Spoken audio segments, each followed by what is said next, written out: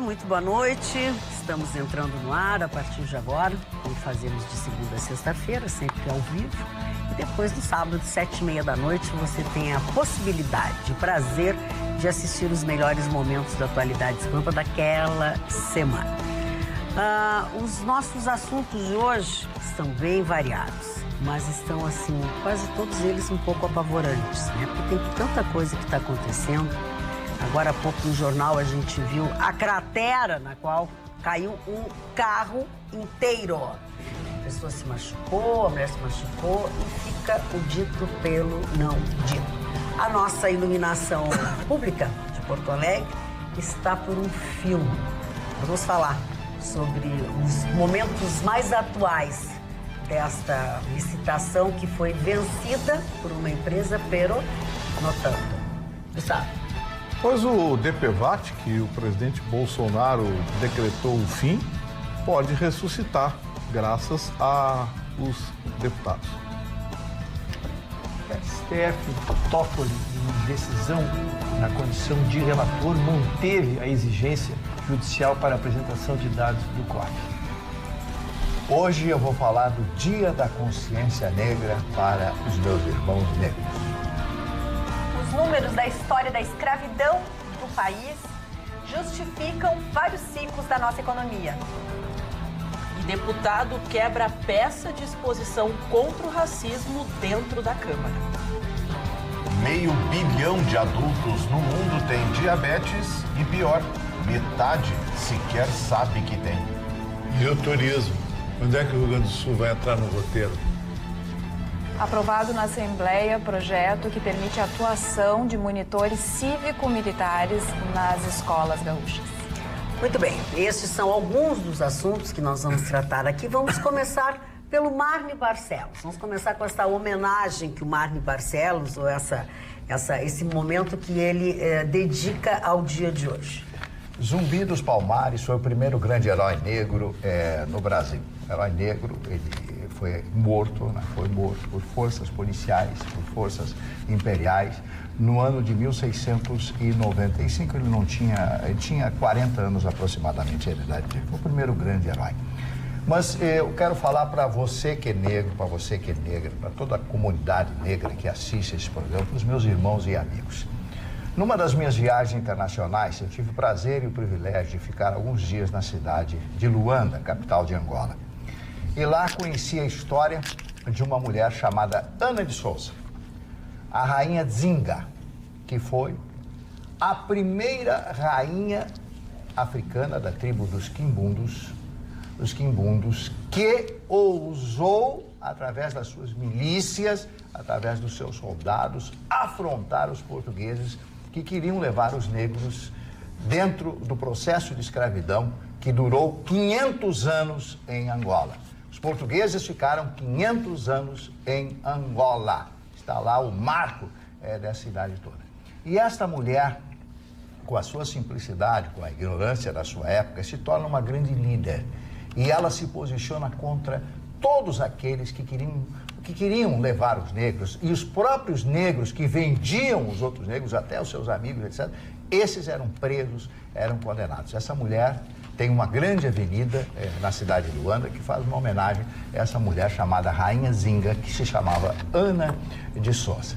Então, quando eu falo aos negros, e eu tenho recebido muitos abraços da comunidade negra aqui de Porto Alegre, do Rio Grande do Sul, porque eu falo com muito carinho, porque eu conheço a África, conheço países da África, conheço a Guiné-Bissau, estive na cidade de Bissau, falei com os negros, eu sei da tortura e tudo, mas sei da tortura daqueles que são negros e vivem aqui no Brasil, que são humilhados em determinados pontos, que são preteridos justamente em função da sua cor, não pelo seu valor profissional, não pelo seu valor intelectual, mas a toda essa comunidade que faz parte do Brasil e que é a maior comunidade dentro desse país. Mais de 50%, 52% dos brasileiros são afrodescendentes, ou seja, negros ou mulatos. Então, a você, continue lutando, continue brigando, porque você é igual a todos, talvez até superior em muitas coisas. Então, no Dia da Consciência Negra, eu gostaria que todos aqueles que estão nos assistindo tivessem essa consciência. todos somos iguais perante a lei, mas principalmente perante Deus. Meu abraço à comunidade negra. Eu amo vocês. Agora, que bonito, Marne. E hoje eu recebi um vídeo, fiquei bem emocionada com o vídeo que fala exatamente isso. No vídeo eles propõem que crianças entrem dentro de uma sala de aula, numa sala, e nessa sala tem uma negra, e aí a pessoa que está dirigindo diz assim, não, isso é apenas uma cena. Você tem 2 minutos para ler essas frases e depois você fala para essa negra que estava na sala, né, essas frases propostas. E aí as crianças começavam a ler assim e tentavam dizer a frase, eu não consigo, não vai dar, começaram a chorar. Alguns negros também, né, envolvidos, dizendo que já tinham sofrido bullying e tudo mais. É maravilhoso. E as frases depois, essa pessoa que estava dirigindo explicar, essas frases saíram da internet. Elas foram ditas para pessoas negras, do tipo, o seu cabelo não é bonito, você é negro, você não deveria estar aqui. Então a mensagem é, ninguém nasce racista, seja sempre uma criança. Então, assim, o respeito, e é exatamente o que as crianças colocavam, todos somos iguais, porque elas foram questionadas. Se fosse um branco na sua frente, você falaria que o cabelo era feio? Não, todo mundo é igual, para que eu vou falar esse tipo de coisa? Esse vídeo está na internet, de repente. É maravilhoso. É um vídeo curtinho, ele tem 40 segundos, menos de 1 minuto. Cara, o vídeo é lindo, é chocante. Lindo, é chocante. Eu enchi os olhos de lágrimas assistindo. Eu também emocionei. A inocência das crianças. O que mais me emociona é que quando você conhece a África, quando você anda pela África, quando você anda por uma rua, eu andei numa rua repleta de pessoas, o único branco era eu. E ninguém me olhou com hostilidade. Todo mundo me olhou com afeto. Nada, e eu só fazia, sou brasileiro, eu me saí na frente. Sou brasileiro, brasileiro. Todo mundo botou a mão no bolso. Não.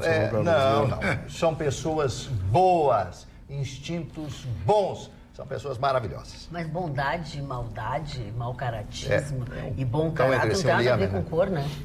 Nada a ver com cor, imagina. A Roberta pega um aspecto um pouco diferente, isso, né? Neste Dia da Consciência Negra. Justamente, eu estou sempre tratando aqui sobre economia e a escravidão, ela é um fio condutor e muito responsável pelos principais ciclos econômicos da história do nosso país. E quem diz isso é um jornalista, um best-seller da nossa cultura, um brasileiro, o jornalista Laurentino Gomes, que ele escreveu a trilogia 1808, 1822 e 1889, que conta a história do nosso país. E ele se dedicou ao estudo da escravidão. O livro que ele lançou, e o nosso Marne Barcelos já trouxe aqui, ele inclusive fez esse lançamento na nossa Feira do Livro aqui em Porto Alegre, é justamente Escravidão, volume 1. Ele estudou durante 6 anos, viajou por 12 países em 3 continentes, ele leu mais de 200 livros sobre o assunto para poder fazer e desenvolver toda essa pesquisa que se tornou o volume 1 desse livro. E dentro da leitura que eu fiz, o que mais eu gostei de pensar foi justamente trazer aqui a questão da visão econômica da escravidão. E segundo o autor, a escravidão ela foi condutor de grandes eventos da história do nosso país, a independência, a proclamação da República, e fomentou os principais ciclos econômicos. O ciclo do ouro, do açúcar, do diamante e do café. E também a escravidão no nosso país, ela foi uma mão de obra responsável muito pelos principais acontecimentos bem importantes, que é a guerra contra os holandeses e o nosso país, segundo o autor, foi o principal receptor dentro da nossa América Latina de escravos no nosso país.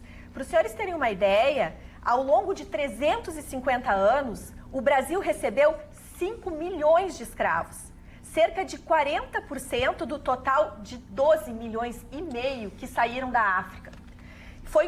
O nosso país foi o que demorou mais tempo para acabar com o tráfico negreiro, em 1850, e o último a abolir a própria escravidão, em 1889. E, por fim, eu trago à bancada essa reflexão, porque o legado da escravidão continua muito presente na nossa sociedade, como o próprio nosso Marne Barcelos trouxe há pouco. Das 500 maiores empresas que operam no nosso país, apenas 4% são postos de direção, 6% dos cargos de gerência são ocupados por negros. Nisso aí tem um componente, o Laurentino, que escreveu esses 3 livros, essa trilogia, destaca a importância do ciclo da cana-de-açúcar, em que o Brasil recebeu um up econômico na época colonial, e ele atribui isso exatamente à mão de obra escrava. Quer dizer, veja você, a economia brasileira, em determinado momento, foi impulsionada pela mão de obra escrava. Leiam sobre o ciclo da cana-de-açúcar, do mesmo autor, do Laurentino. Ou seja, devemos muito a eles, não tem como negar isso. Carla, querida. Pois, Magda Beatriz, um assunto bem polêmico com relação a monitores cívicos militares dentro da rede pública, das escolas públicas, tanto municipais como estaduais. Foi aprovado hoje pela Assembleia Legislativa, 41 votos a favor, 8 votos contrários. A ideia é que os militares temporários ou aqueles da reserva que aderirem ao projeto e tudo mais, acompanhem, estejam dentro das escolas públicas, não escolas privadas, escolas públicas. Mas tem muita gente que acha que isso não é legal, né? Olhando o contraponto. A deputada Luciana Genro, que é do PSOL, ela tentou algumas emendas do projeto. Uma delas era incluir a capacitação em direitos humanos das pessoas. O segundo, vetar o uso de armamento e equipamentos como gás lacrimogêneo, de choque e tudo mais, que as pessoas levem para dentro do ambiente escolar. E o terceiro é limitar as cercanias, isso imediações da escola e não dentro da escola. Não foram aprovadas, não foram analisadas, o projeto passou como estava. Ela e não o sugeriu também dar aula de camisa vermelha? Também?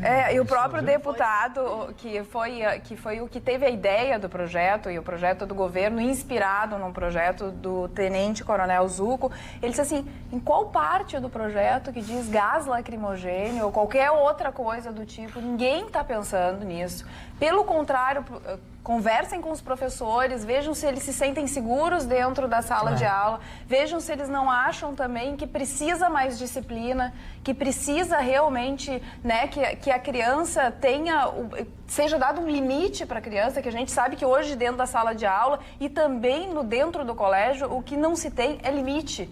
Então, a ideia é também de aproximação desses monitores, não é assim, vamos colocar um militar dentro da escola. Não é isso. Mas tudo tem que ter um regramento e as crianças têm que entender que dentro da escola tem regras e as regras precisam ser seguidas. Se vier para o bem da comunidade, eu acho positivo. Você já viu os números das inscrições? Já viu o número das inscrições? Hoje foi notícia também de uma marginalzinha dessa que agrediu uma professora, porque ela estava insatisfeita com a nota, ela agrediu uma professora com uma maçaneta, abriu a cabeça de uma professora. E aí, nesse caso, se faria bem importante. Não pode gás lacrimogêneo, mas maçaneta de porta, jogar coisa... Quando eu vejo a Luciana Genro aí a turminha do pessoal vai lá defender os Quando eu vejo a Luciana Genro falar, eu fico imaginando assim, nós vamos lançar um projeto de uma cadeira. Aí a Luciana Genro vem com as emendas. Essa cadeira não pode ter encosto, ela não pode ter assento e não pode ter 4 pernas. São as emendas que eu gostaria de sugerir. Ou seja, você desconfigura uma cadeira. Né? É o que ela faz no projeto. O que ela quer é o quê? Botar um amigão dentro da sala. Então, foge completamente do projeto. Essas escolas já têm um número de inscritos, pré-inscritos, que está transformando a vaga já em 7-1 das vagas disponíveis. Vê a procura que tem. Quase a procura da escola militar. Pois é, eu lembrei disso. A escola militar, que tem vaga, parece que é 10 ou 12 por um. Gente que procura a vaga. Ou seja, o Brasil quer escolas com estrutura, mas quer principalmente que se tenha dentro da escola respeito, hierarquia. Responde atravessado por um professor de uma escola, da escola militar. Você vai pra rua, amigo. E se toma cuidado, senão você é expulso da escola. E o paizinho lá vai reclamar, o paizinho vai reclamar pro bispo de Arco Carreg, vai dar educação pro teu filho. Organizado e educado. Agora as outras escolas. Mas é bom que esse tipo de parlamentar se manifeste desse jeito. É bom jogar armadilha e deixar falar. Porque quando é envolvendo greve, porque nós estamos em defesa dos professores, defesa dos professores. Aí, existe uma ferramenta proposta para defesa e segurança e garantia dos professores e vocês não querem. Por isso que é difícil levar a sério esse tipo de gente. Para educar e melhorar os alunos também. Exatamente. Exatamente. E aí os modelos que se vê em programas nacionais, em novelas, é maravilhoso. É o guri que implica, que a professora é negra e que ela persegue ele bate na professora. Isso não pode continuar, gente. Isso não pode continuar. Efetivamente, não pode continuar em lugar algum. Em lugar algum, muito menos numa escola. Tu ia falar, eu te interrompi. Mas eu não conheço bem o projeto, até pensei que a Carla fosse explicitar um pouquinho mais a função deste monitor. Eu acho que toda a disciplina ela é bem-vinda e ela vem a colaborar, especialmente pelo problema que nós enfrentamos nas redes públicas. O que eu não aceito é o casamento da escola militar com esse regramento, porque tu tem as escolas boas, escolas particulares aqui, que não têm a orientação militar e têm o mesmo respeito. Nós temos filhos de amigos que estão lá e há esse mesmo. Então, a organização acho que é para as escolas públicas que estão abandonadas. Não, mas eles não podem interferir em outras. É que ele fez a comparação com a disciplina da escola militar. Disse que não dá para comparar coisas diferentes. Não, é um monitoramento. É um monitoramento. Eu já saí desse tema, ampliei o tema. Estou fazendo a comparação com as escolas pagas que nós temos aqui. Não vou citar, porque não vou fazer a propaganda de escolas aqui, mas que nós temos o mesmo regramento, nem por isso ela tem que ser militarizada. Agora, a disciplina ela é bem-vinda e as escolas públicas estão abandonadas, seja pela desorganização, pela falta de verba, pela falta de merenda, ou por estarmos em vilas onde a própria vila não tem segurança, né? Então, a questão escolar ela vai muito além de uma simples sala de aula. E a própria educação, porque são pessoas que talvez não tenham estruturas, famílias desestruturadas, que deixam com a escola uma parte que não pertence à escola. E aí pega as particulares também. Particulares também, acho que a particular é melhor. Famílias desestruturadas. Exatamente. Famílias desestruturadas, elas Carla, existem tanto no ambiente... no sentido, cara, de assim, se a gente sabia qual é os poderes que terá esse monitor, por exemplo, que nós temos visto alunos marginais, projetos de marginais agredindo os professores, né, que nos causa revolta, a preocupação com a própria saúde. Eu tenho na minha família não sei quantos professores, né? Então, lógico que nós ficamos preocupados. Então, qual seria a função? Seria um monitor para cada 5 salas de aula? Ou eles esse regramento que eu acho que é importante, né, no sentido de dar esse estigma de segurança para as pessoas. Eu acho que esse número seria vinculado mais precisamente à gestão. Eu acho que o número de alunos é o caráter. Da escola, a discussão é o caráter. O monitor. A presença ou não? O monitor que vai estar percorrendo os corredores é um policial. Então, garotinho, te comporta. É um policial, é um polícia. Deixa eu dizer uma coisa para vocês. Antônio, quando eu sempre estudei em colégio público, nós tínhamos isso. No meu tempo de ginásio, tu tinha aquele fiscal de corredor, não sei como que chamava.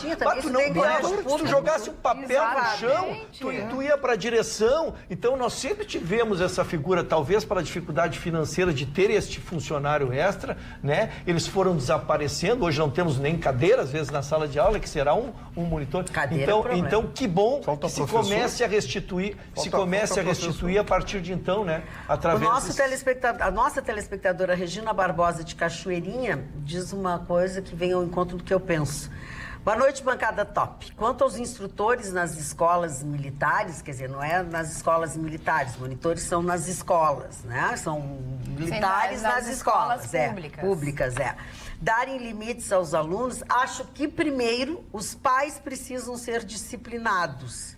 Os filhos trazem os ensinamentos de casa. Beijos, Regina Barbosa de Cachoeirinha. O ideal do mundo é em gênero e número com ela. Exatamente, o ideal é que as famílias se estruturem. Esse é o mundo ideal. Mas não é o que acontece, infelizmente. E dentro da escola de aula aparece esse aluno revoltado, esse aluno que não tem respeito, esse aluno que não tem limite. E os professores não estão dando conta desse aluno. Estão apanhando os professores, aí fazem uma coisa, o pai e a mãe chegam lá e batem na professora. Isso acontece em escolas privadas. Também é o que eu ia dizer. Eu já vi o professor ser demitido porque deu nota baixa. É que eu quero te dizer aqui, ó, meu querido Ruschel, diz o nosso telespectador Luiz Carlos, marginal existe em qualquer classe social. O que queremos é um regramento social.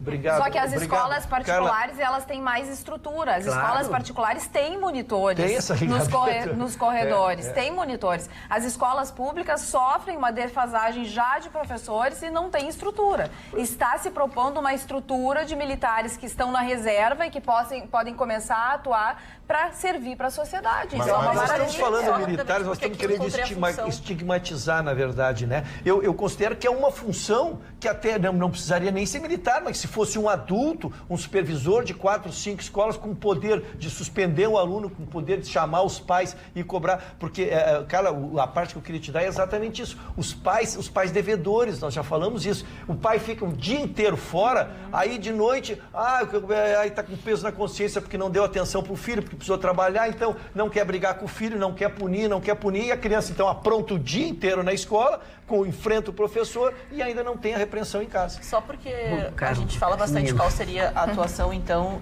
procurei aqui no próprio projeto que diz que a função de monitoria compreende as atividades externas à sala de aula, atuando preventivamente na identificação de problemas que possam influenciar no aprendizado e convivência pessoal e social do cidadão em desenvolvimento, promovendo condições que permitam um ambiente adequado e facilitador para a aquisição de conhecimento e o seu desenvolvimento com base nos valores permanentes da identidade nacional e das virtudes da vida em sociedade, é o que afirma o projeto, e também isso associa um pagamento extra, uma renda da rede pública, mediante a remuneração extra já prevista na lei a esses profissionais que forem atuar. Que é bem na linha do que nós estávamos, como nós imaginávamos aqui, né? E isso dá segurança para um professor, dona Maria, quando tu está enfrentando alunos que às vezes 15, 16 anos já são homens, né? Esses meninos que já são homens. Tu saber que tem alguém ali fora que se tu tiver que fazer um enfrentamento, tu terá quem chamar e tu não estará no meio de crianças, né? Eu acho que isso sim já moraliza na largada. 999-777-001 é o nosso WhatsApp que está sendo usado pelos nossos telespectadores. Aprovo muito esse assunto do monitor, diz a Miriade Costa. Meu filho tem 7 anos e estuda numa escola particular. É surreal certas coisas que acontecem. Penso que isso deveria ser também nas escolas particulares. E meu filho está trocando de colégio? Ai, não ligue, senhores e senhoras, por favor. Perdi aqui. Não ligue. Esse telefone não é para ligar, gente. Desculpa, Miriade, entrou uma ligação, não consigo mais ler. É que essa responsabilidade até do colégio particular de prover segurança aos alunos e aos professores e até os colaboradores que atuam na instituição está incluso, pelo menos na maioria das escolas, dentro da mensalidade. Então você paga uma segurança privada, você paga até um monitoramento. São pessoas, na maioria das escolas particulares, não sei se é uma regra ou não, mas na maioria que eu conheço são pessoas que têm alguma ligação, alguma formação no âmbito educacional. Então essas pessoas estão preparadas para lidar, mas na questão de segurança privada, claro, tem 1 ou 2, 3 nos corredores, mas porque não temos esse tipo de atuação. Mas o que preocupa em alguns momentos da escola é que essa rigidez associada à cobrança familiar, que a família tem que dar alguns valores para que o aluno não seja desrespeitoso com o professor. Eu já passei situações em que o aluno falou pro professor, eu que pago o teu salário, então eu que mando naquilo que tu faz ou deixa de fazer aqui dentro da sala de aula. Acho que esse limite não convém nem ao diretor, nem ao monitor, nem às pessoas que estão dentro da escola, mas sim a família regrar para não ter esse tipo de comportamento. Mas se uma família hoje em dia, ela já tem os seus próprios valores completamente destruídos, como é que a gente vai mudar isso? Esse que é o problema, você tem a família sem valores. A gente dá aquilo que a gente Nós tivemos uma mudança de método nos últimos anos dentro das escolas. Por exemplo, quando eu estava vendo a Ana definir ali a função dessa posição, eu me lembrei do meu tempo de colégio público também, estudei aqui na Escola Duque de Caxias. Isso aí, um espelho de classe resolvia. Só que assim, eram famílias que tinham valores. A minha mãe e meu pai, por exemplo, sempre me disseram, a tua hierarquia é o seguinte, sou eu, sou teu pai e depois é o professor. Se alguma vez eu for chamado, se tu desobedecer uma única regra, eu quebro tuas 2 pernas e tu não vai mais para a escola. Porque eu cresci aprendendo o que era rigidez. Agora, por exemplo, a questão do militar. Qual é o problema? Né? Mas de repente poderia ser, se bota um Zé, não pode falar Zé, né? A Associação Nacional dos Zés vão se incomodar. Se bota um Rafael dentro da escola... Um Marconi. Bota um cidadão comum. Zé Rafael. Tem um cidadão comum. Ele vai apanhar do mesmo jeito. A questão tem que ser um militar para quê? Para quando um marginal desse levantar a mão, tomar 2. Deu uma, vai tomar 2. Falando em marginal, desculpa, Rafael, mas assim, é o que diz um telespectador. Esses monitores serão muito úteis, principalmente nos cursos noturnos, sim, que é praticamente uma terra sem lei. Exatamente. O problema é que é muito difícil falar sobre isso, porque, por exemplo, o Ruschel foi muito claro na explanação dele. Mas O marginal existe em qualquer classe social. O que o Rucha falou de classe social? O Rucha falou que marginal é pobre, certo? O problema é esse, as narrativas estão construídas já. Não adianta, se você fala alguma coisa, mas o rico também, o pobre também. Não é isso, a questão é que a marginália precisa ser combatida. Os métodos de ensino precisam voltar ao que é. Tentamos uma nova modalidade, tentamos o construtivismo, o aluno faz o que quer, não tem mais cobrança, não tem mais a prova de ditado porque ele não pode ser exposto ao erro, não pode criticar o aluno que errou, não pode bibibi, bababó, ele faz o que ele quer. Deu errado. Nós criamos aí uma mini fábrica de militantes e mini fábrica de marginais. Só. Nós temos que voltar a um método que dava certo, que formava acadêmicos e não vagabundos quaisquer. Mas só tem que fazer um contraponto, porque quando relatei essa situação, não precisou assim, principalmente no caso, né, agressão, tudo mais. Não, tanto que os familiares... Mas eu digo assim, não, vai que quebrar as duas pernas. É a mesma coisa que o seu Máscara lá, tem telespectador que tem uma cara de teatro, que se a senhora fala em educação, interrompeu o Rucho. Sim, interrompeu o Rucho. Quando fica muito longo, eu tenho que interromper as pessoas. Mas só seu Máscara. Para falar da solução que foi criada, pelo menos na minha escola, foi que foi relatado alguns pais se indignaram com o que aconteceu, eles foram até a direção para cobrar alguma coisa, né, que a direção tinha que tomar alguma atitude em relação ao aluno. O aluno levou uma suspensão, os pais foram chamados, os pais não respeitando, achando que o aluno tinha razão, ele foi expulso do colégio, porque os outros pais não concordavam com esse tipo de metodologia, porque além de ser uma humilhação, foi o que a minha mãe falou. Tá, e daqui a pouco quem é que vai estar falando? Daqui a pouco tu vai achar isso bonito, tu vai achar isso legal e vai virar o comportamento? Peraí, ela tomou uma atitude, foi até a escola e pediu uma solicitação da direção, porque afinal somos clientes e o cliente tem que ter algum tipo de respaldo. Então, o aluno não sendo consertado, o aluno foi tirado da instituição. Muito bem, aqui nas nossas redes sociais o assunto está quente. Um revólver na cintura, cinto militar com bolsa de gás e tudo. Eu quero um monitor para cuidar dos alunos. Eu, se tivesse um filho de 8, 9, 10 anos, eu queria ter um monitor com uma arma na cintura, monitorando a escola, andando pelos corredores e cuidando. Eu só queria contribuir com um fato que aconteceu nos Estados Unidos e me chamou muito a atenção. Lá acontece muito a violência com adolescentes, crianças que pegam um rifle, chegam na escola e querem matar todos. E no mês passado ou retrasado, aconteceu um fato que foi muito comovente. Pelo menos a mim me comoveu profundamente. O menino estava entrando na sala de aula para agredir a todo mundo, matar e se suicidar. E o monitor conseguiu chegar nele. Só que em vez de brigar com esse menino, esse monitor abraçou forte essa criança, esse adolescente. E começou a falar palavras afetuosas a ele, positivas a ele. E ele foi se acalmando e ele soltou a arma. Então, o que eu acho que vale a pena contribuir é que se a gente devolver através de violência, não funciona. O limite, ele é muito saudável, ele é fundamental quando há afeto. Quando tu não dá afeto, quando a criança não é vista, quando esse adolescente não tem olho no olho de alguém que seja um líder para essa pessoa, dificilmente ele vai respeitar. Então, uma coisa é dar limite, e eu sou super a favor de limite, sou mãe, dou bastante limite para minha filha, mas assim, tem que dar afeto, tem que dar olho no olho, tem que dar amor, amparo. E às vezes, se os pais, se a família não está conseguindo por 1000 razões, acho que é uma cláusula de ajuda. Recomendo aos monitores, quando vier alguém armado, não abraçar e dizer palavras de carinho, tá? Não é legal. Não vai dar tempo de arrumar confusão. Pode dar errado. Então, assim, se tiver entrar um maluco na escola ou um aluno endoidar com uma arma na mão, que você tem um revólver na cintura e atira. Depois se resolve.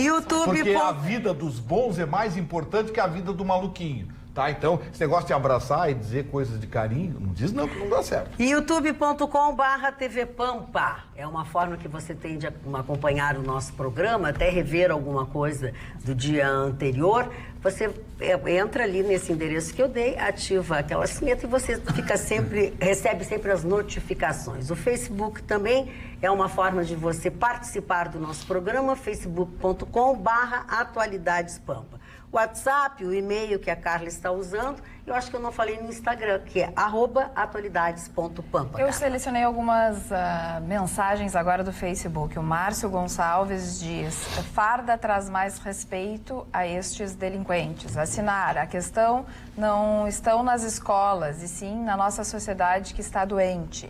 Ismael, escola militar é sinônimo de excelência. Existe escola pública ou particular com a mesma qualidade? Não. Segundo ele, não. Nem escola pública, nem particular. Nem particular. O João Santos, positivo essa iniciativa de ter polícia cuidando da segurança dos docentes e discentes, o trabalho flui bem melhor. São as manifestações no Facebook. Aqui eu acho que não é só dos professores, é a segurança das crianças. Das crianças, de todos, né? Óbvio. Das crianças, a segurança da escola. Olha aqui, ó. Eu acho que isso devia ser lei federal. WhatsApp. Infelizmente, diz a nossa telespectadora Maureen Pia, da Zona Norte, não acredito que dê certo. É só um monitor chamar a atenção e vai dar processo. Eu concordo com ela. A família terminou, aí ela faz a citação a um programa que tem à tarde numa emissora de televisão, onde tudo é jovem, aí tudo pode, engravida, não engravida, é drogado, não é drogado. Ela até dá o nome do programa aqui e ela diz que tudo pode, tudo é permitido. Aqui ela diz, um monitor abraça um adolescente com uma faca, por exemplo. Leva uma facada. Em Suzano, o cidadão mas lá que tomou uma machadinha. Essa telespectadora não está errada. Ela está errada, tá certo? Não está errada. Coisa. Vai aparecer um promotor lá que... olha aquela professora lá de Viamão. Aquele caso não consigo esquecer, ele é emblemático. Aquela que mandou pintar as paredes. A escola gastou uma grana, pintou os muros direitinho. 2 dias depois apareceu um retardadinho lá que pichou tudo. A professora pegou e fez o cara pintar. Pois não apareceu não sei quem lá que processaram a professora. Foi embora, largou. A professora foi condenada por um juiz, por uma juíza lá de Viamão. Ele teve que pagar uma indenização para a família da coisinha. Pô, uma deformação absoluta. Eu acho que essa telespectadora não está de tudo errado, não. Porque eram outros tempos, né? Eu entendo o que a Roberta disse, porque o respeito ele pode ser imposto através do medo. E com certeza, se tiver um militar que tenha, né, uma possibilidade de uma atuação mais forte, vai ter o medo daqueles que fazem o conflito e tudo dentro da sala de aula, da escola. Mas essa proximidade entre esse monitor e as crianças também é muito importante, porque o respeito também se ganha dessa forma, com a empatia. Então, seria o ideal que no mundo ideal ou no futuro... Esses militares aposentados são todos gente experiente. Exatamente, mas eu tô vendo acredito ganho, que isso vai acontecer também. Eu estou vendo o ganho, Carla, em progressão. Eu me imagino assim, né? Não tive a felicidade de lecionar, mas eu estou numa sala de aula com 30 pré-adolescentes, 15, os repetentes, Marconi, tem gente com 18 anos, 19, com barba maior que a tua, né? Mas são para ser alunos que tem que me obedecer ali, que podem dar em mim e eu vou apanhar porque não tem como enfrentar um menino de 18, 19 anos. Eu estou isolado naquela sala de aula, mas eu sei que agora estamos com suporte, temos suporte lá fora, eu tenho pelo menos a quem recorrer. Eu começo a me impor mais no domínio da classe. Então, eu acho que é um efeito em cadeia de benefícios, exatamente, né? O professor se sente mais forte para fazer o enfrentamento, para estabelecer o limite já em março, né? Assim, por ter esse respaldo. Muito bem. Vitorino, vamos às coisas boas da Pois vida. é, Marta, e coisa boa tem mesmo. Olha só o que a Sam Motors tem para você.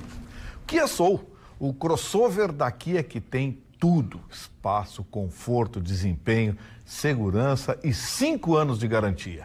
Motor 1.6 flex de até 128 cavalos, câmbio automático de 6 marchas, rodas de liga leve, aro 18 com freios a disco com ABS e EBD. Revestimento interno todo em couro, bancos, painel, os detalhes das portas com acabamento em black piano. O volante é multifuncional com comandos de áudio, Bluetooth, computador de bordo e assistência elétrica. O sistema multimídia de 8 polegadas é um sucesso. Ele é equipado ainda com câmera de ré e ar-condicionado digital Dual Zone, airbags duplos e sistema Isofix. E o melhor, vem agora, de R$ 92.990 por R$ 79.990. São 13 mil de bônus. Aproveite! Kia Soul é na Kia Sam Motors, na Avenida Ceará 370 e na Ipiranga 8113. Vá até a Sam Motors e garanta já o seu Kia Soul.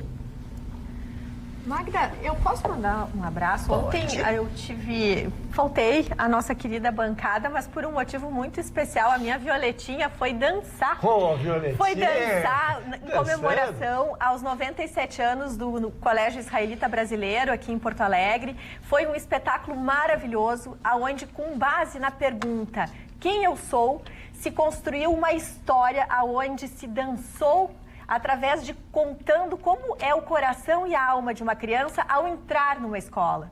E foi muito emocionante porque dançaram as crianças, dançaram mães com as filhas e filhos, dançaram avós com os netos, dançaram professoras, que a gente chama de morá, aonde elas estavam vestidas de mulheres maravilhas, de super-heróis, os morós, dançando junto com outros da equipe. Então foi uma confraternização maravilhosa. Fica aqui meus parabéns e um grande abraço ao superintendente-geral, o Jânio Alves, a coordenadora de dança, a Elana Friedman, e um beijo especialíssimo à morada Violetinha, a querida Daniela Godoy.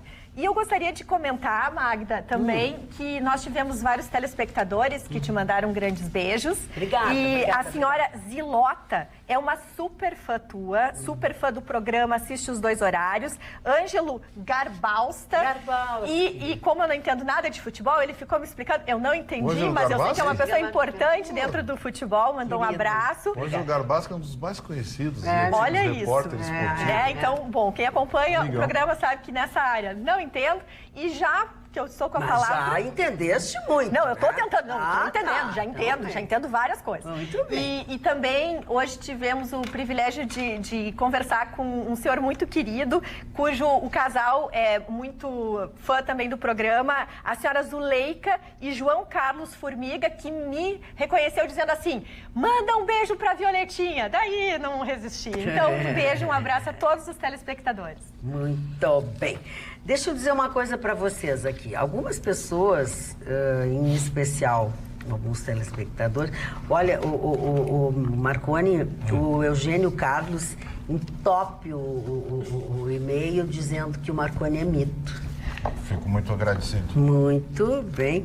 Olha aqui, ó. Aí nós estamos falando aqui sobre algumas coisas e o Alessandro Toledo diz o seguinte: existe sim uma escola segura para nós. Há seguranças e vários monitores com anos de experiência, 100% de segurança. Se chama Colégio Glória. Olha que bacana. Fico muito contente, Alessandro, porque você participa muito do nosso programa e que você possa nos dar essa informação. Desconhecíamos, certamente, e é bom saber que isso pode funcionar e funcionar muito bem. E foi uma escola que passou, porque eu estudei aqui no Assunção, que era bem pertinho ali um do outro, e os 2 colégios, numa determinada época, ali no final dos anos 80, passaram por problemas graves com essa questão de maus alunos. O Assunção tinha um slogan que era entra burro e sai ladrão.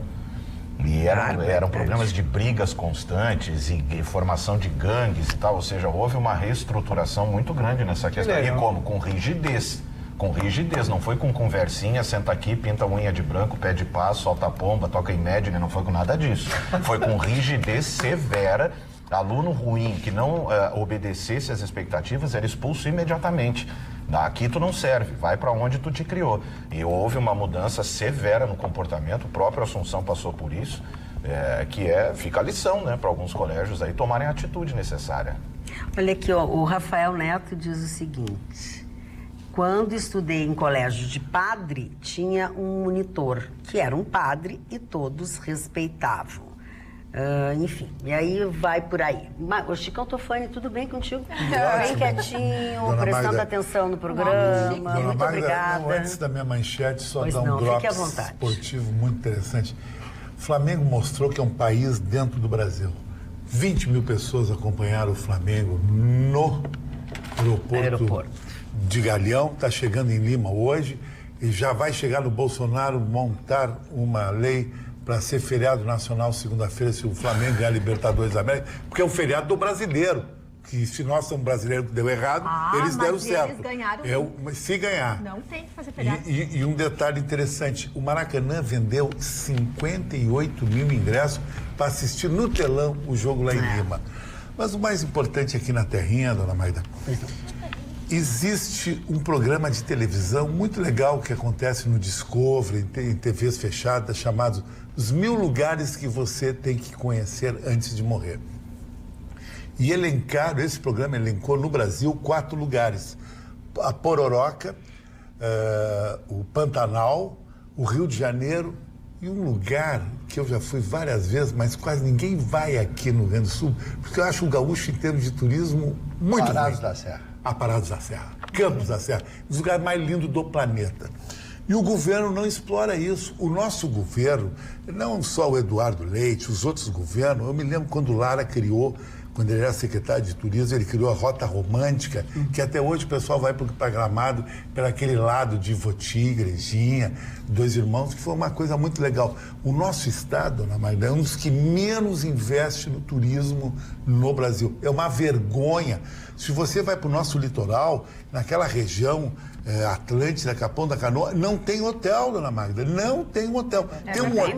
Tem um hotel ali em Capão Novo, próximo à Praia do Bar, com Araçá, parece? Não. Eu me senti pessoalmente atingido. Eu só citei como exemplo. Tem um hotel ali próximo, ali legal, e depois só em todos. Como é que você vai fazer turismo sem hotel? A sinalização é um horror na Serra. Aqui é só Gramado, porque é iniciativa privada Gramado, e Bento Gonçalves, que precisaria ser a nossa Toscana, aquele charme todo, o governo não olha. O governo só quer investimento de fábrica, com ICM alto. Agora, o nosso gestor é muito ruim. Qualquer feira de turismo que tem na América do Sul, Santa Catarina está lá com stand. O Rio Grande do Sul não está. E o Rio Grande do Sul tem lugares bonitos, tem as missões, em Santo Ângelo. Rica também. É muito bacana aquela região de Bento, dos vinhos. Ele poderia explorar isso. O nosso Rio Grande do Sul inteiro tem uma culinária rica e diversificada, a própria cultura, as pessoas... Mas não adianta, os nossos governantes... Olha, dona Magda,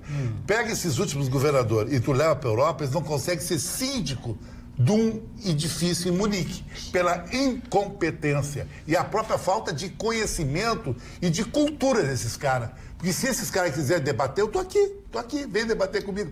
É enfrentar o Flamengo, o Asa de Arapiraca. Vocês eu concordo contigo menos com o Flamengo. Eu preciso fazer duas considerações sobre o Flamengo. Façam. Muito rápido para me vingar do Chicão. Primeiro, o Chicão falou de 20 mil pessoas, esqueceu de dizer que era feriado no Rio de Janeiro, e aí botar 20 mil pessoas até o meu time do meu bairro ali bota. E segundo, que o Flamengo vence esse campeonato para poder indenizar aquelas famílias que até agora ele não indenizou, daqueles meninos que morreram carbonizados dentro de uma sala lá, porque botaram o ar-condicionado com chuva vencido lá e não aconteceu.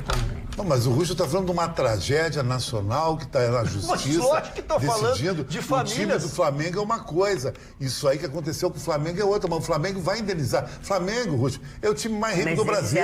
O orçamento do Flamengo é nível Real Madrid hoje. Não tem para ninguém. Depois do acidente esse que tu diz que eles vão indenizar, o Flamengo gastou 200 milhões em contratação e não foi capaz de pagar uma dessas famílias aí. Mas é que tem problema na indenização ali. O Flamengo tem uma visão da indenização e as famílias têm outra. Qual é a visão que eles têm? O Flamengo quer indenizar um conjunto de coisas. Porque essa é mais dinheiro. Não, é o interesse dele. Porque o Flamengo não botou fogo lá. Aconteceu o problema. Não, o Flamengo deu chance pro azar quando colocou aqueles Houve uma tragédia naquelas acomodações, porque as pessoas falam, com aquela colocação que não podia. Era a crônica da morte anunciada. Mas, dona Magda, tem os órgãos de competência do Rio de Janeiro que não fiscalizaram. Então a prefeitura que deveria ver aquilo. Então. Não, mas a questão é que fiscalizaram. Tudo é culpado do Flamengo.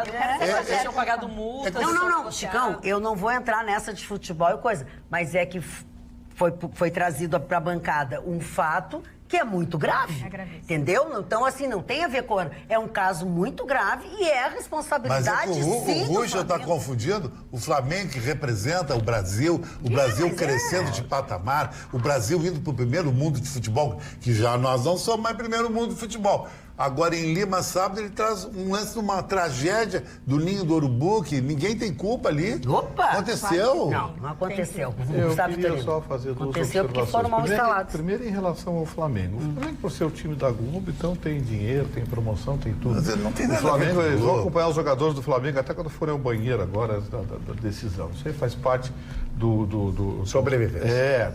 Esquema lá. Eu quero dizer o seguinte, Chicão, deixa eu passar informações para você do site da Embratur. O estado do Rio Grande do Sul é o terceiro estado que mais recebe turistas no Brasil. E no turismo receptivo ele está em segundo lugar, ficando apenas atrás de São Paulo, na frente até do Rio de Janeiro. Tu confunde turismo executivo. Não, para ver só para o senhor me permita, eu vou lhe dar os números. Depois tu fala. O turismo como um todo, o Rio Grande do Sul é o terceiro estado do país. No turismo receptivo, que é o turismo de convenções, de encontros, de congressos, o Rio Grande do Sul é o segundo lugar. E Gramado é a terceira cidade, é o terceiro ponto turístico mais visitado do país. Então, assim, Chicão, você pode pedir novos empreendimentos, novas estruturas, mas daí a dizer que o Rio Grande do Sul é uma vergonha no turismo, desculpe, você está enganado. Mas é uma vergonha, os argentinos, é corredor de passagem, eles gastam dinheiro tudo em Santa Catarina, Vitorino. Mas aqui, ó... Não, o turismo no Rio Grande do Sul inexiste. Eu tenho os números da Embratur. Inexiste um dado que ele está pegando de um executivo paulista que fica um dia em Porto Alegre. Canela, eu tenho os dados que eu tenho aqui são da Embratur. Vale dos Vinhedos. Exatamente. Agora, aparatos da Serra, eu acho que o Chicão tem toda a razão. Devia ser muito mais explorado. O Vitorino está falando que o Rio Grande do Sul está na frente da Bahia, está na frente de São Paulo, está na frente do Rio de Janeiro, na frente do Ceará, tudo. Que tem voo direto para Paris, Fortaleza. Chicão, então faz o seguinte, Chicão, pega o celular na tua frente, coloca no site da Embratur e pesquisa. Não posso pegar. Pode sim. Quando é pesquisa de informação, pode. E entra no site da Embratur, os números estão lá. Não, turismo interno. É que são brasileiros que visitam o próprio Brasil, porque dentro dessa concepção é baratíssimo, né? Se você vai pagar qualquer pacote para qualquer outro lugar do Brasil, sai caro para o brasileiro. Mas aí tem um turismo que tem uma casa noturna que faz em Porto Alegre uma festa uma vez por semana, por mês, e os paulistas vêm tudo aqui porque as mulheres são bonitas, babá, tu acha que isso é turismo? Não é turismo. Não, mas tem muito nordestino que, por exemplo, visita Gramado. Eu viajei, inclusive, com uma delegada nordestina que diz que sempre vem todas as férias visitar Gramado, porque tem esse clima mais europeu e tudo mais. Então as pessoas vai têm Gramado final de semana com frio, com chuva, deixa eu dizer uma coisa aqui, ó. É tudo lotado. O Carlos Eduardo da Silva Pinto diz assim: explique ao Chicão Tofani que R$10.000 salvaria a vida daqueles meninos. Uma ligação elétrica adequada não passaria de R$10.000 e salvaria aqueles meninos. É uma verdade. Vamos... Isso é um casuísmo. Tá bom, ok. E a gente fala de uma realidade que, quando aconteceu a tragédia, daqui a uma semana, contando uma semana, os meninos vão ser realocados para a estrutura que, da época, o elenco principal atuava, porque teve uma mudança, eles aumentaram as construções, tornaram mais específico o CT e também com uma aparelhagem médica para o esporte, então esses meninos logo trocariam de lugar, mas só que justamente no período, e o Flamengo já tinha sido notificado, a prefeitura já tinha ido até o CT, em alguns momentos já tinha fechado algumas estruturas, mas através do pagamento de multas e também da negociação de até um certo período, eles começarem a obra ou reajustarem para tudo ficar perfeito para os garotos, então continuava atuando. A gente fala que, infelizmente, até a respeito dessa indenização, é que o Flamengo quer pagar um pacote em uma vez, mas as famílias querem uma indenização aí pelos próximos 10, 15 anos, justamente pelo entendimento que esses atletas que estavam sendo treinados no Flamengo, eles não iam acabar a sua carreira no ano que vem.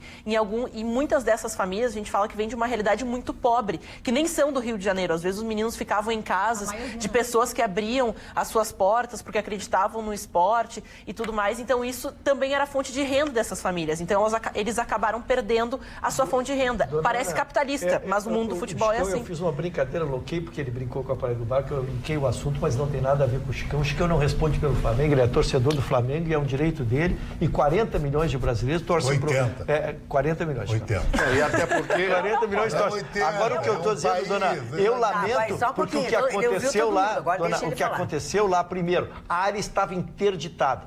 Então, quem permitiu que o Flamengo continuasse lá? Os seus dirigentes que botaram aqueles meninos lá estão respondendo criminalmente? Tu não vê mais nada, o assunto morreu. O Flamengo quer pagar uma indenização para esses meninos, esquecendo que eles teriam uma vida útil de 10, 12 anos, como disse a dona, jogando para frente e numa expectativa de salário. Quer dizer, dizer, não é um valor, tu tem que ter essa sensibilidade. E é meia dúzia de meninos, eu volto a dizer, o Flamengo gastou 200 milhões em contratação, e que bom, gastou o dinheiro dele, tá? Em contratações, não tem um cantinho para indenizar 6 ou 7 famílias daqueles meninos ali. É difícil de defender, é difícil de defender. Vergonhoso. Aliás, diga-se de passagem, todas as pesquisas estão dando o mesmo resultado. Os gaúchos estão torcendo por River Plate. Marli Barcelos. Há 109 anos atrás, morria um dos maiores escritores da humanidade, na minha modesta opinião, o senhor Leon Tolstói. Leon Tolstói, vou mostrar a fotografia dele para vocês, era um homem retaco, feio, rude, embora tenha nascido de uma família nobre, na região em que ele vivia, nas estepes russas. Ele começou seus primeiros estudos e teve a aptidão de escrever, começou a escrever os seus primeiros contos, etc. Para mim, ele é o maior contista russo de todos os tempos, Leon Tolstói. E esse cidadão, quando as pessoas chegavam próximas a ele, mas não é possível que esse aí escreva Ana Karenina, Guerra e Paz, e começava a enumerar os diversos romances que foram produzidos durante a longa vida desse cidadão. E chega ao final da sua existência, aos seus 80 anos de idade, quase 80 anos de idade, ele se torna um adepto à misantropia, ou seja, aversão às pessoas. Todo mundo incomodava ele, ele não conseguia mais sair na rua. Tem um determinado dia ele saiu, pegou um trem e foi embora. Saiu, sem destino, porque não aguentava mais aquele modo. Logo depois ele morreu. Mas eu gostaria de mostrar para vocês esse livro, esse de contos religiosos. São 4 contos que tem esse livro, onde existe amor, Deus aí está. Esse livro tem a fotografia, não sei se dá para aproximar, mostrar esse homem. Retaco é quando tem o pescoço curto, Vitorino. O retaco, esse homem, esse retaco, esse homem rude, e que ninguém acreditava que esse homem feio que você está vendo escrevesse isso. Então eu quero dizer, através de tudo isso, que não interessa a aparência da pessoa, interessa a inteligência, interessa a pessoa ser sincera, a pessoa ter sentimentos, a pessoa passar isso, porque muitas vezes as pessoas concentram dentro de si uma dose de feeling extraordinário, mas não sabem repassar isso. Elas não têm esse dispositivo, essa coisa maravilhosa que é de passar a sua emoção. Porque você tem que ser um ator dentro da sua própria vida. E todos os dias você tem que interpretar muitos papéis. Alguns mediocremente e outros brilhantemente. Dona Magda. Muito bem. Doutor Ruxo, a sua manchete. Dona Magda, eu vou a minha manchete rapidamente, porque o julgamento foi parcial. Nós ontem já anunciamos o julgamento e já tínhamos o feito a semana passada, porque é um julgamento que feito pela STF que vai influenciar a vida de todos nós. Segundo os dados, 975 processos estão parados da Lava Jato, alguns também na área criminal, exatamente por essa decisão. Relembrando rapidamente o caso, o Flávio Bolsonaro entrou com um pedido de trancamento, uma liminar de um inquérito que tramitava contra ele, o Toffoli deu e estendeu a todos os processos. Isso foi em julho, e de lá para cá, todos os processos, todos os inquéritos que originarem-se por uma decisão ou por documentos fornecidos pelo COAF ficaram parados aguardando a decisão. Ontem, o Procurador-Geral da República fez memoriais muito qualificados, abordando 3 temas onde ele enfrentava diretamente essa liminar. Primeiro, dizendo que haveria um grande prejuízo ao combate ao tráfico internacional, a esse dinheiro que circula exatamente ao liberar. Segundo, o Brasil estaria contrariando os tratados internacionais de funcionamento de fornecimento, o GAF, o Banco Mundial, diversos elementos seria. E terceiro, seria um verdadeiro pontapé aqui a nós todos no combate a essa criminalidade. Então, a Aras fez essa manifestação ontem, o procurador, e hoje começamos o julgamento. Então, seria 21, foi antecipado para 20, e o julgamento foi o dia inteiro, só o voto do próprio relator, quem havia concedido a liminar. E ele enfrentou as manifestações do procurador, desmistificou, desconsiderou, disse que não era e manteve a liminar concedida. Ou seja, traduzindo rapidamente, a decisão que ele deve, vão votar todos, mas a decisão dele, relator, é de que precisarão passar pelo judiciário todos os pedidos de inquérito. Olha, dona Magda, isso vai onerar uma barbaridade em termos de atraso, em termos de entupir o judiciário de pedidos de autorização, que a gente sabe que são impossíveis de levar adiante. Então, como ainda faltam outros 10 ministros, espera-se que essa decisão não seja mantida. E, Ruschel e Magda, só para contribuir no aspecto econômico, o nosso país também vai ser muito lesado. Existem muitos fundos internacionais que têm regras de compliance muito rígidas. E são fundos ricos, de olho no nosso país, querendo trazer investimentos no nosso país. E se, conforme essa decisão do Supremo, vai impedir que esse dinheiro chegue até nós, e isso é bem grave para a nossa economia. Eu escutei um membro do Ministério Público falar que nos últimos anos houve um crescimento grande dos relatórios que chegam do COAF, eram 9 por mês, aí passaram a ser 14 por mês, e desde a decisão, então, da suspensão pelo ministro Toffoli, só chegou um relatório do COAF ao conhecimento do Ministério Público. Quer dizer, como o Ruschel disse, vai atrapalhar, vai ficar com mais burocracia, além de onerar, é claro, muito mais todo o nosso sistema. Eu quero dar um pitaquinho nesse negócio. Fale. Não necessariamente na discussão, porque acho que vocês já colocaram brilhantemente os prós e os contras. Eu quero colocar um aspecto aqui que hoje mostrou o constrangimento que nós temos de algumas figuras da Corte Suprema do Brasil, especialmente seu atual presidente. Quando eu digo que o cidadão não é preparado e não deveria estar lá, ou seja, tartaruga no poste, hoje ficou evidente. O voto do seu Toffoli foi extenso, confuso, atrapalhado, fundamentou coisas e decidiu outras, tanto que, ao proferir o fechamento do seu voto, ou seja, o dispositivo da sua proposta de acórdão, 5 ministros o questionaram. Peraí, o que o senhor está querendo dizer com isso? Não, a expressão foi essa. Marco Aurélio Merz, o que Vossa Excelência está querendo dizer com isso? Ele não entendeu. E eu estava acompanhando a Rádio Pampa em tempo real, terminou o voto, os meus dois colegas, o Nando Dona e a Fernanda Apto, viraram para mim: e aí, Vitorino? Eu digo: olha, eu não sei o que eu vou dizer para vocês. Eu não sei, olha lá, os ministros estão perguntando. Ele não disse nada. O Fux perguntou, o Marco Aurélio Merz perguntou, o Lewandowski perguntou, o careca lá, eu sempre esqueço o nome dele, sempre esqueço, o Alexandre Moraes, eles perguntaram: para aí, ministro, o que o senhor quis dizer com isso aqui? Afinal, deferiu, não deferiu, deu provimento, não deu provimento, como é que vai ser? A Receita, o COAF manda para a Receita, ou a Receita do COAF manda para o Ministério Público, ou manda para a Justiça, ou o Ministério Público requer para a Justiça. Afinal, o que ficou decidido? Aí veio a pior parte. O Toffoli tentou improvisar uma explicação. Pobre STF. Pobre Brasil. Só lembrando, exatamente tecnicamente, a gente não quis ficar mais na parte teórica, exatamente, ele fundamentou, ele chegou até a metade do tempo, tu não sabia qual seria a conclusão.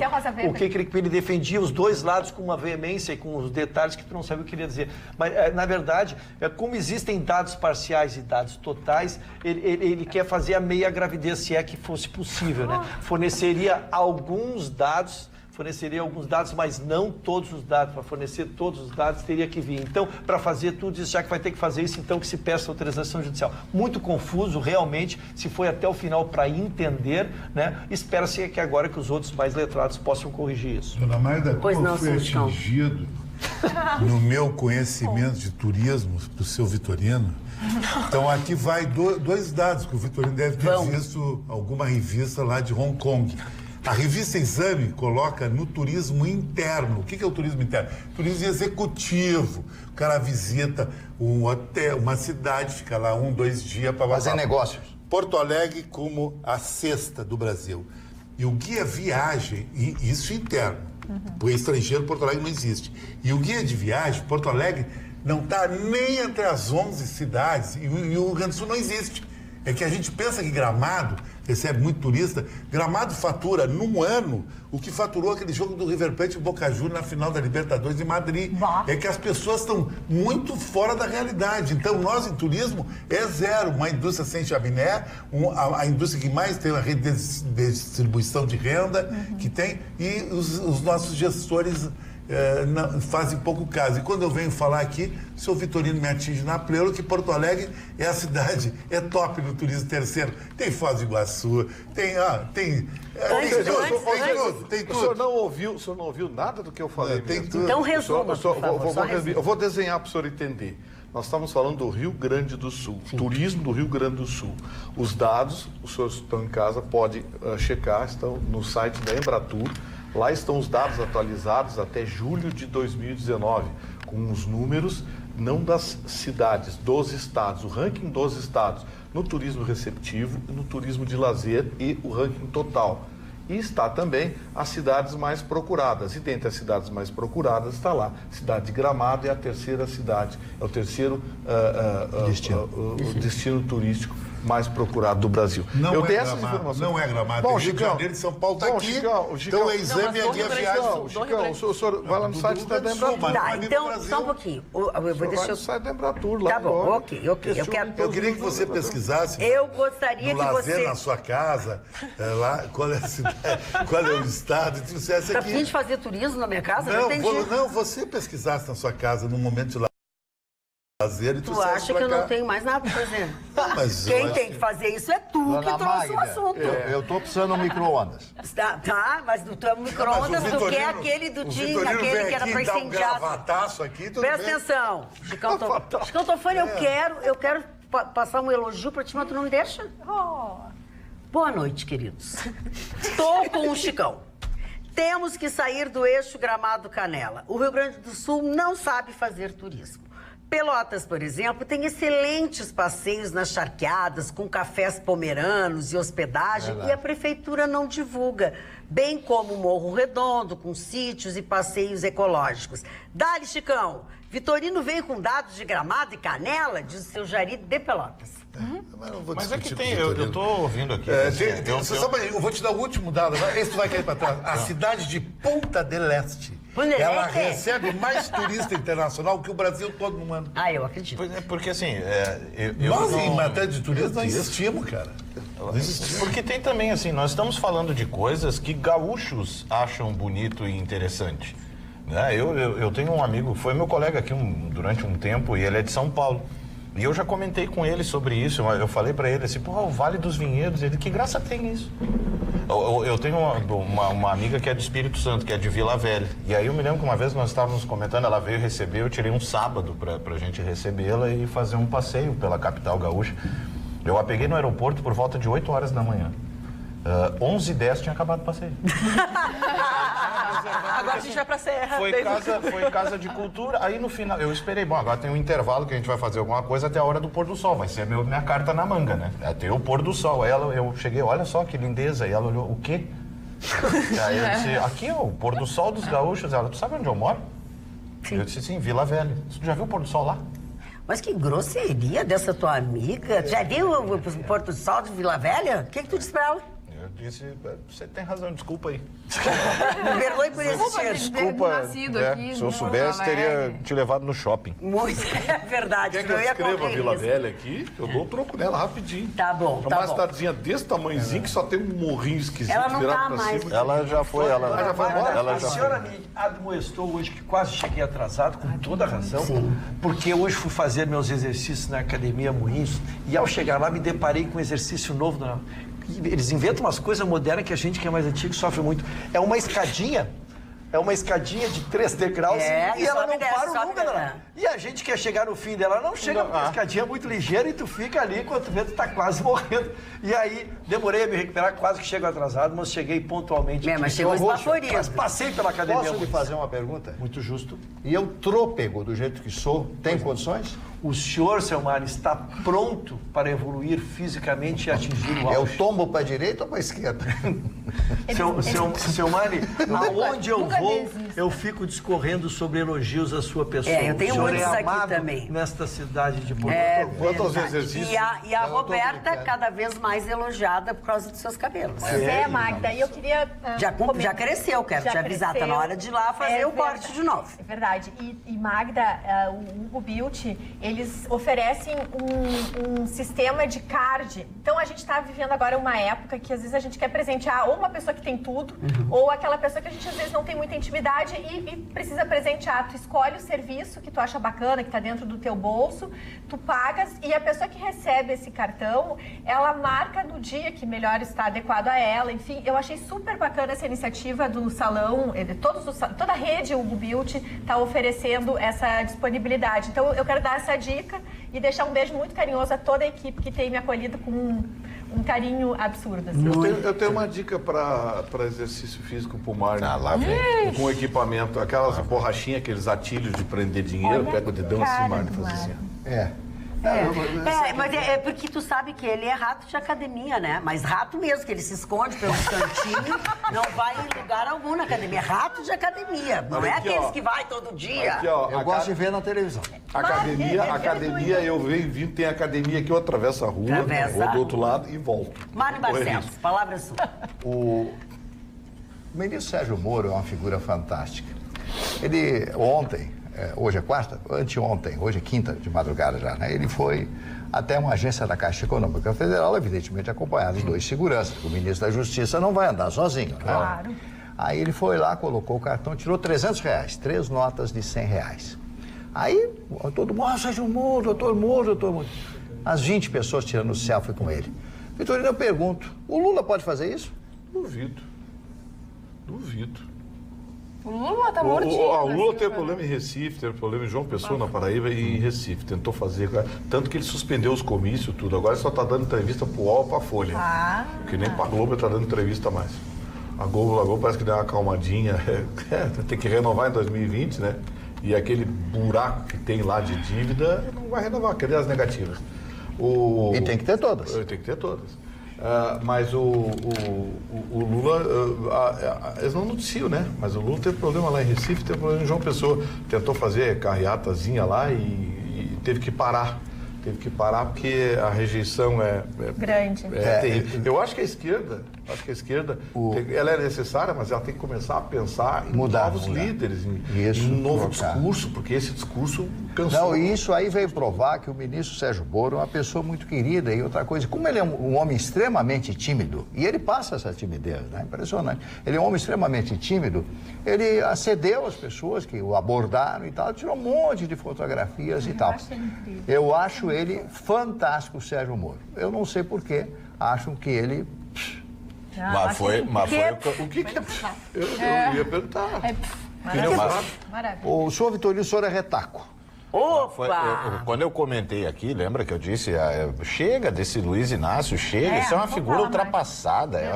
Ele vende essa tese aí de preso político, quando na verdade é só um ex-político preso, o passado, representa essa cara mal cheirosa e ultrapassada de uma esquerda que um dia teve. Eu falei isso, esse cara já era. Tem a liderança aí com ele, com meia dúzia de cupincha que o seguem, dessa militância ensandecida. Mas ele tá meio acabado, né? Claro, mas 74. É isso, é o retrato do passado.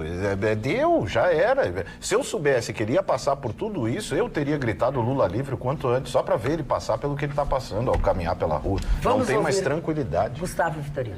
No projeto, mais um capítulo do Vamos Perseguir o Bolsonaro, o Congresso Nacional hoje decidiu, através de um grupo de deputados que tem interesses, sabe-se lá quais, votar e derrubar a decisão do presidente Bolsonaro de acabar com o DPVAT. Eles querem que o DPVAT continue. Esses milhões continuem circulando por canais obscuros, passando um pouco nas mãos do Bivar e de outros dos seus blue caps. Eles querem, de alguma forma, restaurar isso. O motivo é aquele blá blá blá de sempre, né? Tem que ter um seguro, tem que ter seguro. Pô, tá cheio de seguradora, atravessa a rua, vai lá na seguradora, faz seguro que tu quiser. Responsabilidade civil, danos pessoais. Faz o seguro, vai lá e faz. Mas obrigar? Não. Eles querem, é um grupo de deputados, e nessa hora eles se juntam, né? Tem da esquerda, da direita, de cima, de baixo, do meio, tem de tudo que é lugar. Tem interesse. É uma rapaziada que tem interesse. E eles dizem que já tem os votos para derrubar a decisão do Bolsonaro. Ou seja, cada coisa que o Bolsonaro faz, alguém quer botar minhoca. Mas é bom que as pessoas saibam que quem está fazendo isso, porque depois as pessoas têm que saber quem é que está fazendo contra a população. Sim. A carteira de motorista... Porque era uma coisa que ia nos beneficiar. A carteira de motorista do Rio Grande do Sul é a mais cara do Brasil. E todo mundo sabe por quê. Tem nome e endereço, né? Dona Magda, sobre essa matéria eu discordo muito, né? Então, eu gostaria de externar minha opinião sobre ela. Existem algumas coisas que o benefício social ele é maior ou menor em relação ao seu custo, tá? Nós já vimos que o valor é irrisório e sabemos que nenhum brasileiro irá fazer esse seguro. A grande verdade é que tudo que acontecer ali vai descarregar na saúde pública, que já não tem condições de receber esses milhões de pessoas acidentadas. Quando se diz assim, por que os motoqueiros têm que usar capacete? Eles têm que usar capacete porque se eles se acidentam, eles vão usar o hospital público lá. Por que nós temos que usar o cinto? Porque se nós nos acidentarmos, nós vamos lá querer nos socorrer da ordem pública. Então, se vai estourar no público, e o público somos todos nós temos que nos proteger. Eu não vejo nenhum de nós, lógico que existe seguros, mas eu duvido que algum de nós aqui vai fazer o seguro nesta modalidade. Nós teremos aquele seguro do carro, claro, mas não o pessoal. Então, quando digo assim, eu acho que nós podemos baixar, nós podemos racionalizar, nós podemos fazer uma campanha, nós podemos fazer um estudo. Agora, simplesmente terminar, tá? Sabendo o número e milhares de pessoas que foram beneficiadas por esse seguro e que as outras que não usam porque não sabem da existência dele. Então, sempre quando se termina com alguma coisa assim, que a consequência ela é pública, eu gostaria. Então, não quero ser definitivo de dizer que tinha que ser, mas eu acho que a gente tinha que estudar a metodologia. Deixa eu só dar um exemplo aqui, então. Segundo a opinião do Dr. Ruxo, que eu respeito, o motoqueiro é atropelado, ele cai no chão, levanta, pega o seguro DPVAT do bolso e diz, eu tenho o seguro DPVAT. Ninguém usa esse troço, ninguém usa essa bobagem. Isso é uma besteira, é meia dúzia de espertalhões, tem meia dúzia de escritórios especializados em cobrar DPVAT de gente que pega R$1.000, R$1.500, R$2.000, o resto fica no meio do caminho. E, no entanto, isso movimenta dezenas, centenas de milhões de reais todo ano passando nas mãos dos mesmos, a começar pelo Bivar, esse do PSL, e mais o pessoal da... Então, para com isso. Tem gente que nem sabe que tem esse seguro. Dona Magda, o seguro DPVAT, eu sou a favor. Por quê?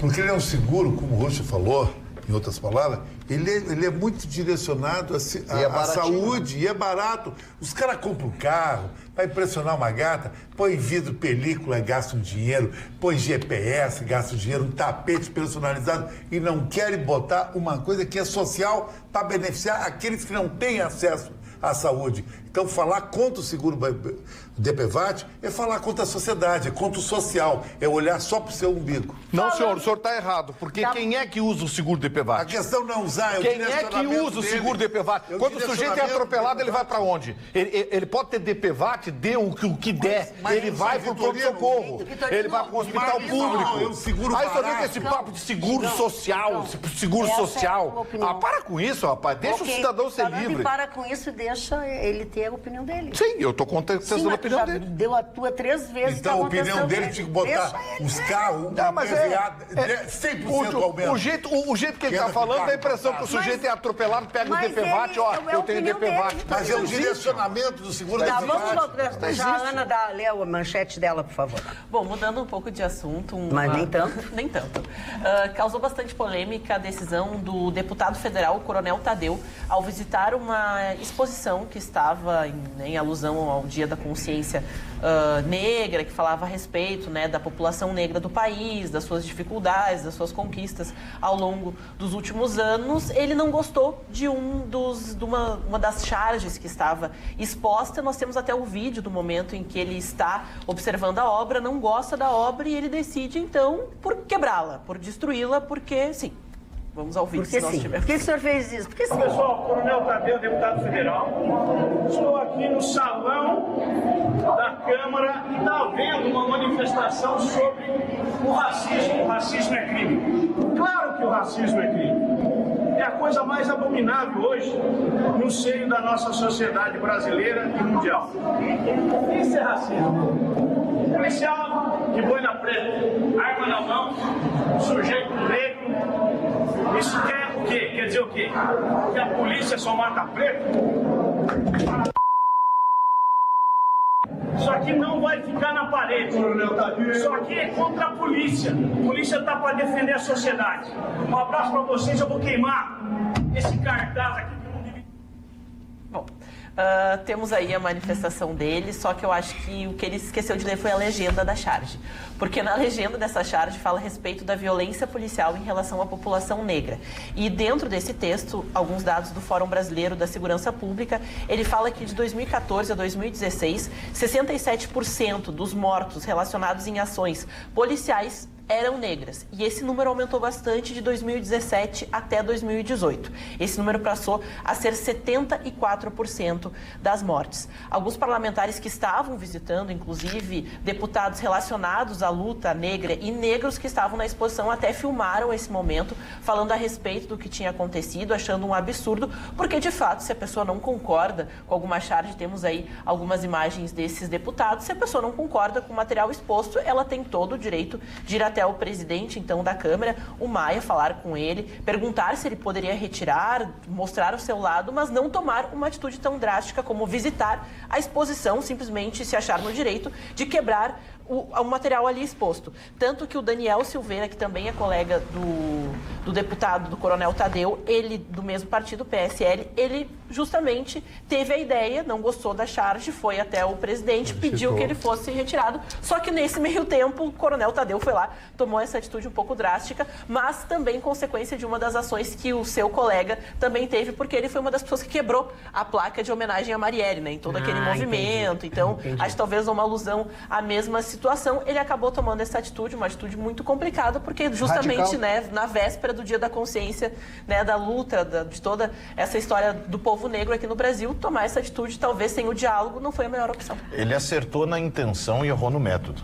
Porque se ele fizesse um barulho, por exemplo, quando eu vi a exposição ali, o que eu fui atrás do material, eu senti muita falta de todos os policiais negros que foram assassinados durante esses últimos anos, por exemplo. Ali não constava. Parece que a questão da farda, botou farda, virou inimigo, deixou de ser negro. Botou farda, não é mais negro, é policial. Né? Então, se ele fizesse essa, eu, por exemplo, faria o seguinte, ia juntar o movimento, filmar todo mundo. Cadê os policiais negros que foram assassinados? Vocês vão gritar de forma seletiva? Vão pintar a polícia como assassina? Vão colocar todo negro como bandido, como está nesse quadro aí? Vão botar esse texto sem pé nem cabeça dizendo o genocídio da raça negra dentro dessa exposição? Se é o genocídio da raça negra, cadê os policiais negros que foram assassinados? Essa semana, um policial no Rio de Janeiro, colega do Gabriel Monteiro, que é youtuber e envolvido aí com essa questão da polícia, foi assassinado com 2 tiros de fuzil que dilaceraram a cabeça do cidadão. Caixão fechado, saco preto para recolher o policial. E aí, cadê lá o grito em nome dele? Então, é digna a discussão? É claro que é. É o Dia da Consciência Negra, nós sabemos historicamente o problema do racismo e tudo mais. Agora, discussão seletiva. Aí o que vai fazer é o seguinte, pega alguém que é da instituição da polícia, como é que não vai ficar indignado? Vai pintar a polícia como assassina desse jeito? Que isso? A polícia acorda de manhã e diz, será que tem negro lá disposto para eu matar? Que isso, pelo amor de Deus. E até mesmo o próprio discurso do Daniel Silveira, também deputado, vai contra essa ideia de pregar vamos dizer assim, a igualdade, né, do gênero dentro da concepção de policiais e bandidos. Porque ele fala, o negro é morto porque ele é mais bandido. O negro é morto porque ele tem mais arma. Então, se o negro tem mais arma e é bandido, vai ser morto pela polícia, ao invés de justamente levantar esse questionamento. Engraçado, o Tim Lopes era negro e o Jorge Maluco foi solto essa semana e ninguém disse nada. Isso aí. Elias Maluco. Eu fui atrás hoje o dia inteiro dessa tua informação, eu não te contradisse ontem porque eu não achei. O que eu só achei foi uma decisão do STF. O habeas corpus. O habeas corpus, mas como persistiu outras 6 ordens de prisão, ele não teria sido solto. Não te contraditei ontem, mas hoje não achei. Não quero ser definitivo. Agora eu fiquei em dúvida. Bom, esse dia 20 também é o dia do aniversário do Leonardo, que é casado com a Viviane de Viamão, que são nossos telespectadores assíduos, e ela pediu que a gente então mandasse um abraço para ele. Falando em aniversários, Marne Barcelos. Podemos falar assim, o primeiro aniversariante de hoje foi Procurador-Geral dos Estados Unidos da América. Falo de Bob Kennedy, Robert Kennedy, que foi assassinado em 1968, depois de ganhar as primárias na Califórnia e certamente seria presidente dos Estados Unidos. Ganhou as primárias na Califórnia, seria o presidente. Foi assassinado por um cidadão chamado Shihram Bishara Shihram. Né? Pelo nome vocês já perceberam quem é. Esse cidadão chega no hall, ele está no hall do hotel atendendo as pessoas, conversando, e puxa o revólver e queima ele, que tinha 40 e poucos anos de idade, o Robert Kennedy, que teve uma atuação brilhante enquanto Procurador-Geral da República, quando seu irmão foi o presidente dos Estados Unidos, o John Fitzgerald Kennedy. Com toda certeza, a dinastia Kennedy, né, que sempre teve problemas de morte. Um dos irmãos dele morreu na Segunda Guerra Mundial, o irmão mais velho. Ele foi assassinado, o irmão foi assassinado. O filho do presidente Kennedy morre naquele acidente de avião. O outro teve problemas de câncer na perna, perdeu a perna. Então, nossa família sempre cheia de problemas. Uma família classe A. O Joseph Kennedy, o pai, era muito rico, foi embaixador dos Estados Unidos na Inglaterra, à época anterior à Segunda Guerra Mundial, quando ele, inclusive, fez elogios à figura do Hitler, à época, e foi muito criticado por ter feito esse elogio, isto antes da declaração de guerra do 1º de setembro de 1939. Portanto, Bob Kennedy estaria de aniversário hoje e seria, com toda certeza, presidente dos Estados Unidos. Ele praticava um outro tipo de socialismo, né? Um socialismo americano, era essa a proposição. Liberal, né, isso, esquerda, perfeitamente, o termo é esse, esquerda liberal. Gutenberg Guarabira, esse eu acho que o Vitorino conheceu, né? O Gutenberg Guarabira, compositor, escritor de muitas músicas. De um trio famoso, Sá Rodrigues de Guarabira, que o Rodrigues saiu, morreu, hoje é só Sá e Guarabira. Luiz Fernando Guimarães, que é um ator, humorista de televisão. A Neuzinha Brizola, filha do meu querido Leonel Brizola, morreu muito nova ainda, com 60 anos de idade e tal. Aliás, todos os filhos do Brizola já faleceram. Todos os filhos já faleceram do Brizola. A Bo Derek, uma das mulheres mais lindas do cinema, foi casada com o ator e depois diretor, John Derek. Linda essa mulher, tem uma imagem dela aí, se você colocar, ela é lindíssima. Agora ela completou 60 e nasceu em 56, 63 anos de idade, tá? Já está na terceira, segunda idade. Está na sua o Chicão cada semana faz tem uma idade diferente. Eu não posso fazer 63. O Guto Franco... Eu ia fazer 61. O Guto Franco, filho do Moacir Franco, do meu querido irmão e amigo Moacir Franco, o Guto Franco, que ficou muito famoso na época que o Moacir tinha um programa na Rede Globo, né? O programa do Moacir Franco Show, e o menino participava do Guto, dava umas respostas engraçadas, se tornou uma celebridade do Brasil naquela época, o Guto, né? Que hoje é diretor. Olha, ele nasceu, deixa eu ver o ano aqui, em 1959, 60 anos no dia de hoje, hein? 60 anos. Ronaldo Giovanelli, goleiro do Corinthians, né? Comentarista hoje de televisão. Esse cara engordou e ficou mais careca ainda. Tem mais aí, Marlon? Ele é careca. Tem o último aqui, Adriana Biroli, atriz brasileira, e o Jaiminho Matarazzo, que é o neto da minha querida, sou fã de carteirinha, Maísa Matarazzo. Não, eu perguntei se tinha terminado, não por querer te atropelar, mas é que é falso. É falsa a informação de que o STF concedeu liberdade ao traficante Elias Maluco. O STF tinha revogado o habeas corpus dele e isso que está circulando não é verdade. Não, a informação que eu tenho aqui é nesse sentido. Ele tinha 6 ordens de prisão e uma foi revogada. Uma foi revogada. Isso. Uma foi revogada. Então, assim, ele não saiu. Ele não saiu da cadeia, mas ele recebeu o habeas corpus do Macoré. Mas ele tinha saído da cadeia. Bom. Tá, mas é isso que eu tô corrigindo a informação. É isso que eu também estou esclarecendo. É só no meu. Né? Tá, então assim, não saiu da cadeia. Mas aqui a gente aceita a verdade sem contestar. E a verdade é, ele recebeu um habeas corpus do Marco Aurélio. Só não saiu da cadeia porque tinha outros, como o Rússio falou. É que nem o Ao contrário de Gramado, que continua sendo a terceira cidade mais visitada. É que nem o senhor Chicão Tofani. Ele perde uma mulher e ganha 3. Exatamente, a proposição 1 por 3. É verdade. Mas que hora é essa? Agora é a hora da mentira? Isso ninguém contesta. É hora do Vitorino. 1º de abril. Não ganha uma. Isso aí isso é ajudar o parceiro. Não, isso é tão verdade quanto o senhor Russo estar solteiro. Não, o senhor Russo está noivo, conheci a noiva dele. É noivo. Na festa, Punta del Este.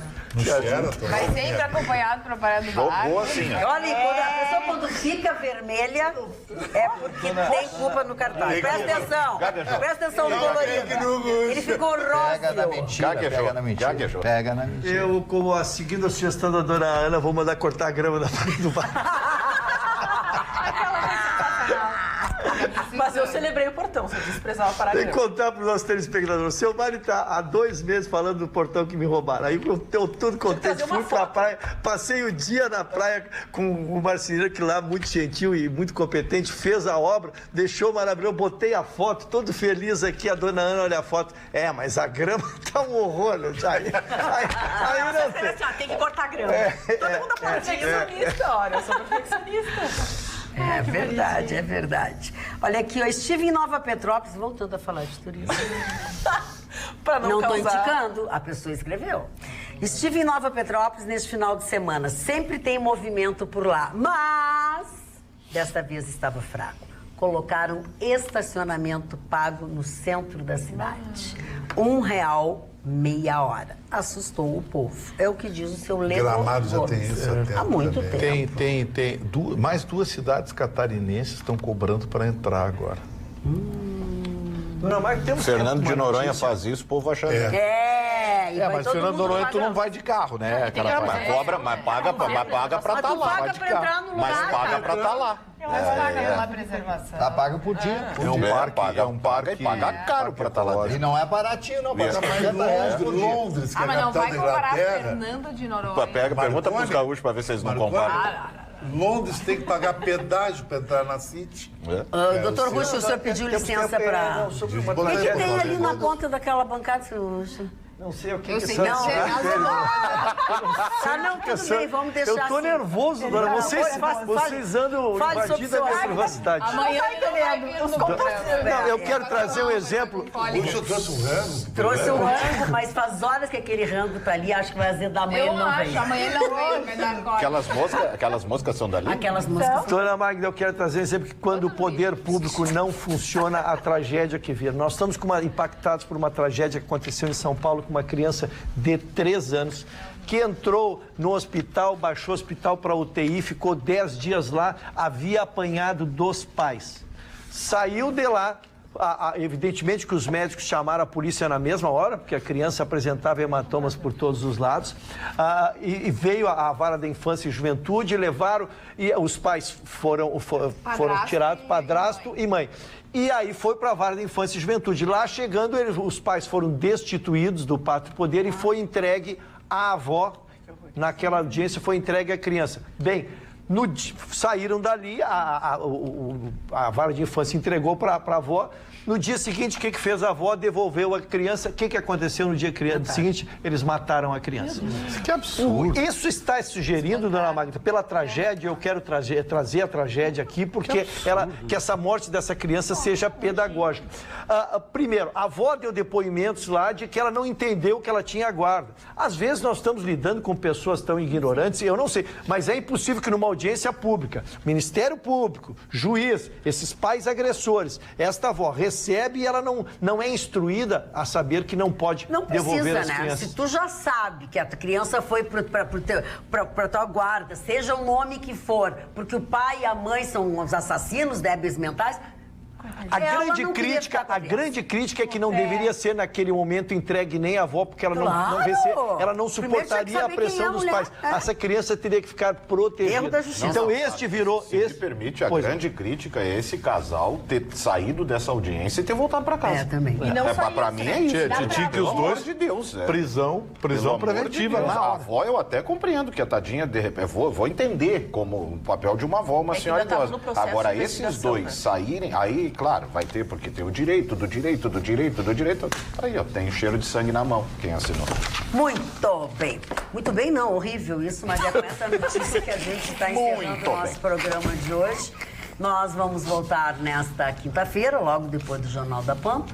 E você sabe, você que curte o Atualidades Pampa, quer rever alguma coisa, quer indicar para alguém coisas que vocês viram durante a semana, sábado, 19h30 tem melhores momentos do Atualidades Pampa. Tenham todos uma boa noite, estejam vivos amanhã para a gente fazer outro programa, tenham cuidados, enfim, e durmam bem, se puderem.